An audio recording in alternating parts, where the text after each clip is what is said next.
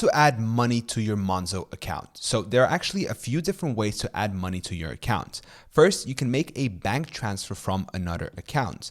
So to do that, you simply tap on the home icon in the menu bar, tap the add money button under your Monzo card. If you can't find this, and swipe down on your list of payments, tap UK bank transfer, and then make a note of your account number and sort code. Then set up your Monzo account as a payee with your other bank. Bank transfers should arrive in your account instantly, but can sometimes take a bit longer. You can also deposit cash at any PayPoint location. So you simply find a shop displaying the PayPoint logo, you hand over the money, your card, and then they will deposit the cash for you. And lastly, you can also deposit money onto your Monzo account via a check. So you can pay in checks to your Monzo account, but you can't issue them because we don't have these check books. So to pay in check, follow these steps. Tap the home icon in the menu bar, tap add money button, and then tap checks. Now keep in mind that your checks can take up to 5 to 7 working days to reach Monzo.